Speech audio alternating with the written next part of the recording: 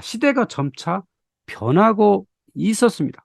유럽의 경쟁자들은 점차 부강해지고 있었다고 하는 겁니다. 그 이후에 가장 첫 번째 요인은 바로 신항로 발견에 있었죠.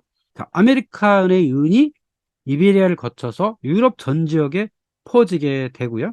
아프리카 항로를 이용할 수 있게 되다 보니까 네덜란드, 영국 등에서 중상주의 무역이 발달을 하게 됩니다. 자, 그전까지는 프랑스나 네덜란드, 영국은 농업 또는 양모 이런 거를 함으로써 굉장히 가난한 지역이었는데 상업 활동을 하면서부터 점차 부강을 하게 되었다고 하는 거죠. 그래서 네덜란드, 프랑스, 영국, 러시아 등의 세력이 점차 확대되고 있었다는 거죠. 그에 비해서 유럽이 이렇게 중상주의로 발전하는 동안 오스만 제국은 여전히 농업형 경제 구조에 머물러 있었다고 하는 거죠. 자, 그렇다면 오스만 제국을 훗날 점차 압박하게 되는 그 경쟁자 유럽을 한번 보려고 합니다. 물론 오스만 제국의 영역 바깥에는 유럽뿐만이 아니고 북쪽으로는 러시아, 동쪽으로는 페르시아, 남쪽으로는 아랍 지역이 있었습니다만은 오스만 제국을 가장 위협했던 세력은 바로 유럽이었습니다. 유럽이 점차 부강해졌기 때문에 그들로부터 오는 위협이 가장 컸고 실제로 오스만 제국의 영역을 가장 많이 빼앗기게 된 건 바로 러시아를 포함한 유럽이었다고 하는 겁니다. 그래서 유럽을 들여다봐야 하는 거죠. 자, 30년 전쟁이 1648년에 끝납니다. 그 시점에 있어서 지도가 이렇게 되는데요. 여기 까만 영역으로 된 게 신성로마 제국이라고 하는 영역이죠. 물론 신성로마 제국은 그냥 껍데기 국가고 그 안에 여러 나라들이 있었죠. 여기 황색 지역은 합스부르크 왕가고 여기 노란색은 에스파냐고 파란색은 프랑스고 북쪽에 잉글랜드 이렇게 있죠. 그리고 폴란드라고 하는 나라가 크게 확장을 하고 있었습니다. 이 시기에 서유럽의 강자 프랑스, 오스트리아의 합스부르크, 에스파냐의 통합 왕국, 잉글랜드 왕국, 또 러시아, 폴란드들이 태동을 하면서 오스만에 경쟁할 만한 것들이 등장하기 시작했습니다. 자, 그렇다면 19세기 이후에 유럽이 지구촌을 석권하게 되는데 이들이 가지게 된 경쟁력은 무엇이었을까? 이걸 한번 따져보면 좋겠습니다. 이 경쟁력을 가졌기 때문에 오스만 제국을 지속적으로 압박하고 오스만 제국이 가졌던 영역을 차지할 수 있었거든요. 물론 오스만 제국뿐만 아니라 지구촌 전체를 유럽인이 확보하게 된 기본적인 경쟁력이라고 할 수도 있죠. 자, 유럽인의 경쟁력 첫 번째는 열린 사회의 추구입니다. 중세시대에 신분제가 고착화되어 있었죠. 여기에 굳건한 종교의 역할도 컸는데 이것이 16세기를 거치면서 변화가 일어납니다. 종교 자유가 추구되죠. 종교 개혁이 일어나면서 이 종교 개혁의 가장 큰 역할 중에 하나도 신분제가 무너지기 시작한 거예요. 세속적으로는 왕, 황제, 봉건, 영주, 농노 뭐 이렇게 있다가 그것들이 조금씩 허물어지고 있었고 또 종교적으로는 로마 카톨릭의 교황, 대주교, 사제 이렇게 민중 이렇게 이런 체제가 개신교 쪽에서는 그거 조금씩 무너지잖아요. 그런 계층 구조가 무너지기 시작했다는 게 굉장히 중요한 거죠. 15세기, 16세기, 17세기 거치면서 이런 사회가 점차적으로 열린 사회가 이루어지고 있었다라고 하는 거고요. 자, 두 번째는 해외 진출 연망이 있었다는 거죠. 유럽은 기본적으로 땅이 척박해요. 농업 사회라 하더라도 프랑스나 폴란드, 북독일 정도를 제외하고 인구 압력을 해소할 만한 어떤 산물이 나오질 않습니다. 그런데 점차적으로 새로운 땅을 찾다 보니까 이들은 해외에 나가서 새로운 기회를 얻을 수 있었다는 거죠. 그래서 신대륙 발견이 유럽인들한테는 어마어마한 기회가 되었다고 하는 거고 또한 인도나 동남아시아 쪽으로 영국이나 네덜란드 진출함으로써 이들한테는 상업적 역량도 엄청난 기회가 되었다고 하는 거죠. 자, 세 번째는 이들이 가졌던 경쟁력 있는 도구였습니다. 유럽인들은 치열하게 경쟁을 했죠. 에스파냐, 포르투갈, 프랑스, 신성로마 제국, 네덜란드, 잉글랜드, 스코틀랜드, 아일랜드, 프로이센 등등이 치열하게 경쟁을 했어요. 유럽은 우리가 하는 것처럼 땅이 그렇게 넓진 않습니다. 이 좁은 지역에서 그들끼리 치열하게 경쟁을 함으로써 전쟁 수행 능력을 확보했죠. 전쟁 수행 능이 있으려면 또 뭐가 있어야 되죠? 당연히 도구가 있어야 되죠. 바로 항해를 잘할 수 있는 도구, 특히 대양을 항해할 수 있는 도구, 거기에 전쟁 무기, 대포, 화약 같은 총포 무기, 이런 것들이 있음으로 인해서 지구촌을 석권하게 되었다. 그 과정에서 오스만 제국을 하나하나 밀어낼 수 있었다라고 하는 게 유럽인의 경쟁력이라고 할 수 있습니다. 이걸 구체적으로 들어보면 이래요. 자, 중세 시대에는 평민, 농노, 사제, 귀족, 기사, 교황, 국왕, 교회, 이렇게 굳건한 신분제가 있었다면 근대 초기에 이르러서, 이때는 16세기, 17세기, 18세기죠. 이것이 점차 변해갑니다. 국왕, 사제, 귀족, 부르주아, 평민, 여기에 시민이라고 하는 사람들이 등장을 합니다. 또 다른 말로는 부르주아라 할 수 있겠죠. 경제력을 가진 부르주아가 등장을 함으로써 이런 신분제가 허물어지고 부유한 개인들의 역할 인식이 달라지고 있었다고 하는 겁니다. 두 번째 중요한 것도 구텐베르크의 인쇄술이죠. 자, 그 전까지는 성서 하나를 베끼려면 거의 2억 가까운 돈이 들었다고 하는 거죠. 수도원에서 수도사들이 양피지에다가 하나하나 베꼈던 것을 구텐베르크의 인쇄술에 의하면 아주 값싸게 책을 인쇄할 수 있었다는 거죠. 이것 때문에 종교개혁이 등장을 하게 되고 다양한 사회개혁이 나올 수 있었다고 하는 겁니다. 또한 이들이 가졌던 좋은 도구들이 있었죠. 그 도구들 상당수가 동방에서 전해졌다고 하는 겁니다. 나침반 같은 게 대표적이죠. 나침반도 아랍에 있었어요. 원래 중국에서 발명된 거지만 아랍에 와서 본격적으로 항해술에 쓰여 있고요. 비잔틴 제국의 이런 불꽃 발사기 같은 것들도 이게 화약 무기로 발전을 하죠. 대포로 이어지게 되고요. 또 15세기 말에 지구가 둥글다는 사실은 이미 아랍인을 통해서 알려져 있었죠. 그런데 아랍인은 이렇게 다른 세계를 나가려고 생각하지 않았다는 거죠. 그만큼 유럽인의 사고는 열려 있었고 전달받은 지식들을 발전시켜서 활용하려고 하는 의지가 상당히 강했다라고 하는 겁니다. 유럽인의 경쟁력 중 가장 중요한 것은 바로 원양항해 역량이었습니다. 자, 유럽인의 배는요, 중국이나 아랍 선박에 비해서 그렇게 크지 않았습니다. 오히려 중국의 배에 비해서는 거의 10분의 1 정도로 아주 작았어요. 하지만 이들이 가진 배는 아주 경쟁력이 있었다는 거죠. 여기 돛대만 봐도요, 중국의 정크선은 사각형의 돛 위주였습니다. 아랍의 다우선은 삼각형 돛이죠. 그런데 유럽의 캐릭선은 사각형 돛과 삼각형 돛을 적절하게 조합해서 순풍과 역풍에서도 자유자재로 항해할 수 있었다는 거죠. 이것이 바로 대양항해, 원양항해의 뛰어난 역량이었다고 하는 겁니다. 이것이 유럽이 경쟁력을 가질 수 있었던, 다른 지역을 석권할 수 있었던 중요한 역량 중에 하나였죠. 지도 제작술도 발전을 했습니다.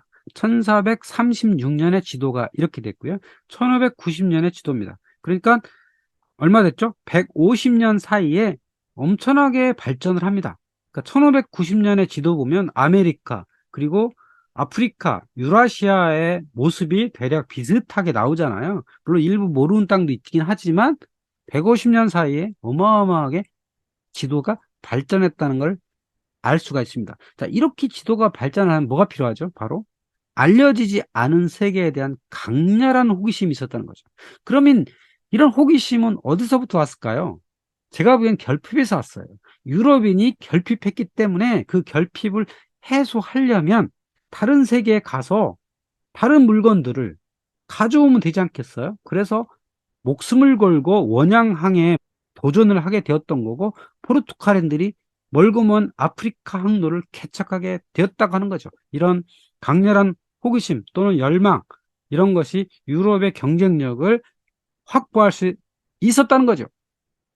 여기에 중요한 화약 무기 발전도 있었겠죠. 내부에서 치열하게 경쟁을 통해서 싸우다 보니까 비슷한 시기에 여러 나라의 화약 무기에 도달을 했죠. 물론 1453년에 콘스탄티노플을 점령할 때 메흐메트 2세가 가장 좋은 무기를 썼던 게 대포였단 말이죠. 오스만 제국도 상당히 좋은 화약 무기를 갖고 있었습니다. 그러니까 오스만 제국의 전성기에는 화약 무기가 가장 첨단이었죠. 그런데 제국의 성장이 멈추고 더 이상 확장하지 않으면서 이런 새로운 무기를 발전시키지 않았는데, 그에 비해서 유럽인들은 이런 화약과 대포의 발전을 지속적으로 하게 된 거죠. 여기 그림에서 보시면 백년전쟁 시기 화포가 이렇게 생겼는데요. 차르 캐런이니까 이건 러시아에서 했다는 거죠. 러시아에서 화포는 이렇게 발전을 하고요. 7년장전 시기에는 이렇게 이동식으로 마차에 끌 수 있게 이렇게 만들었다고 하는 거죠. 그렇게 보면 유럽인의 가장 큰 경쟁력은 수많은 전쟁을 통해서 길러진 다양한 무기, 그리고 전쟁 수행 능력에 있었다고 하는 겁니다. 여기에 또 빼놓을 수 없는 것은 천체 관측 망원경이죠. 여기 갈릴레이가 천체를 관측하고 있죠. 하지만 이 망원경의 진짜 사용처는 어디였을까요? 그럼 바로 항해 및 군사 목적이었죠. 배에서 돛대 위에 올라간 선원 하나가 망원경을 가지고 있으면 남들보다 먼저 적군을 먼저 발견할 수 있잖아요. 그렇다면 적보다 먼저 공격을 할 것인지 아니면 도망을 갈 것인지 이거를 결정할 수 있지 않습니까? 그러니까 우리가 보통 망원경 하면 갈릴레이처럼 과학 발달에 큰 기여를 했다고 볼 수 있겠지만, 사실은 더 큰 기여는 군사용이었다는 거죠. 이럼으로써 유럽이 강력한 경쟁력을 가질 수 있었다고 하는 겁니다. 유럽이 만든 산업 경쟁력은 군사 경쟁력으로 이어졌습니다. 철강 제련 공장이 이렇게 만들어졌죠. 또 포트랜드 시멘트가 개발이 되었습니다. 철강이 공장이 만들어졌다는 건 배를 목선에서 철갑선으로 바꿀 수 있다고 하는 거고요. 대포의 성능도 대폭 향상되었겠죠. 포트랜드 시멘트가 개발되었다는 것은 철근 콘크리트 건물을 지을 수 있게 되었다고 하는 거죠. 그래서 철강으로 전기선을 만들고 시멘트로 터널, 하수도 등 도시 기반 시설이 구축되었다는 거죠. 자, 이렇게 유럽이 발전을 함으로써 점차 경쟁력을 확보하면서부터 유럽은 이 오스만 제국 자체에 대해서도 관심을 갖게 됩니다. 그들이 치열하게 경쟁을 하게 됐던 그 오스만 제국은 어떠한 나라였는지에 대해서 알고 싶게 되었다는 거죠. 여전히 17세기, 18세기까지는 오스만 제국이 유럽에 비해서 우위에 있었습니다.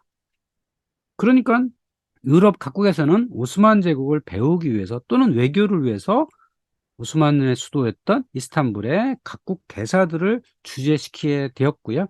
또 외교관뿐만 아니라 상인, 선교사, 여러 여행가들이 이스탄불을 방문하게 되었는데요. 프랑스 대사는 앙투안 갈랑과 함께 이스탄불에 부임을 하게 되었는데요. 이 앙투안 갈랑은 1704년 천일야화를 프랑스어로 번역 소개하게 됩니다. 이 천일야화는 보통 아랍 지역에서 아라비안 나이트라는 걸로 알려져 있잖아요. 이것이 계속 퍼지다가 이스탄불 지역에서 이렇게 갈랑에 의해서 수집돼 가지고 유럽에 전해졌고, 이것이 유럽에서 베스트셀러로 등극을 하게 됨으로써 이 아랍과 오스만 제국에 대해서 아주 호기심을 갖게 되는 계기가 되기도 했죠.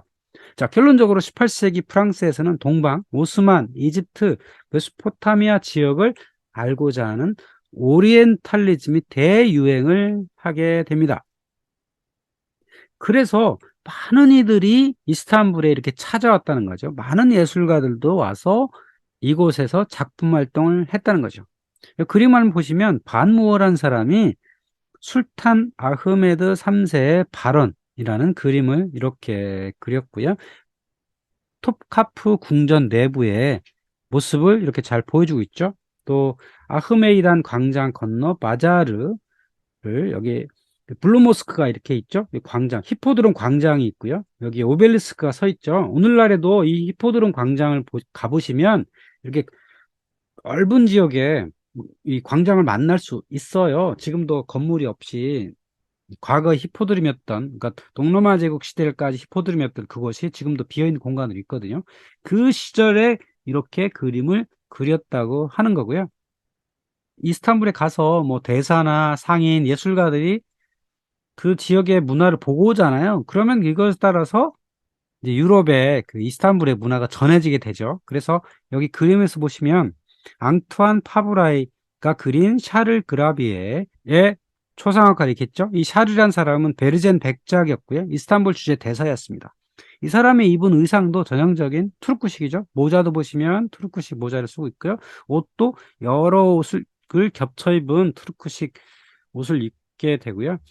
앙투안 파브라이가 그린 베르젠 백작 부인의 모습도 이렇게 했습니다. 그러니까 프랑스나 이런 지역에서 터키 문화가 대유행을 했는데 그 터키 문화를 바로 튀르크리라고 불렀다고 하는 거죠.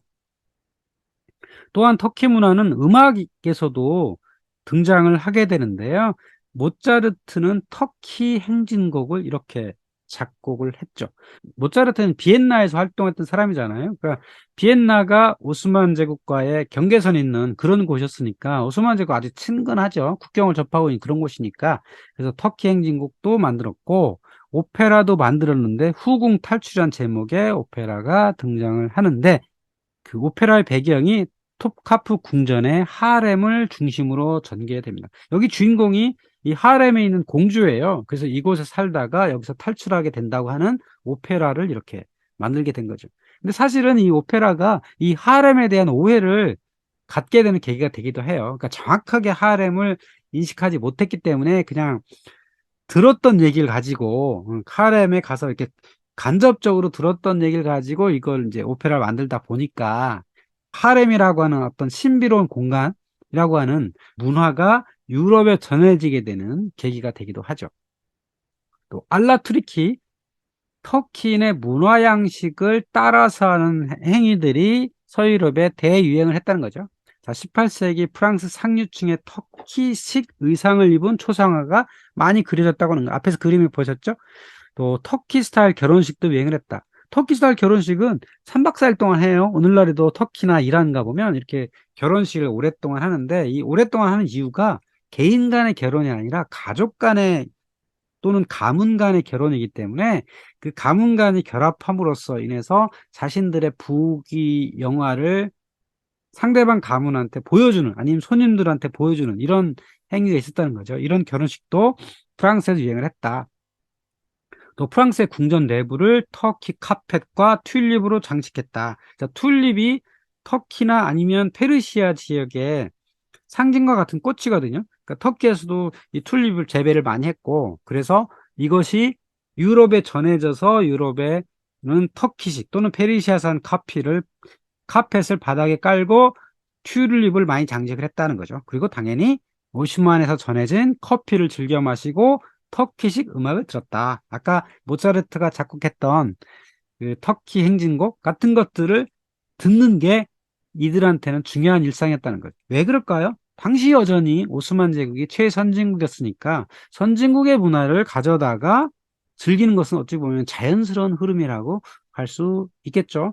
물론 제2차 비엔나 포위부터 오스만 제국이 점차 몰락하고 있었지만 여전히 당시까지도 오스만 제국이 최강대 국가였기 때문에 이런 일들이 있었다고 하는 겁니다.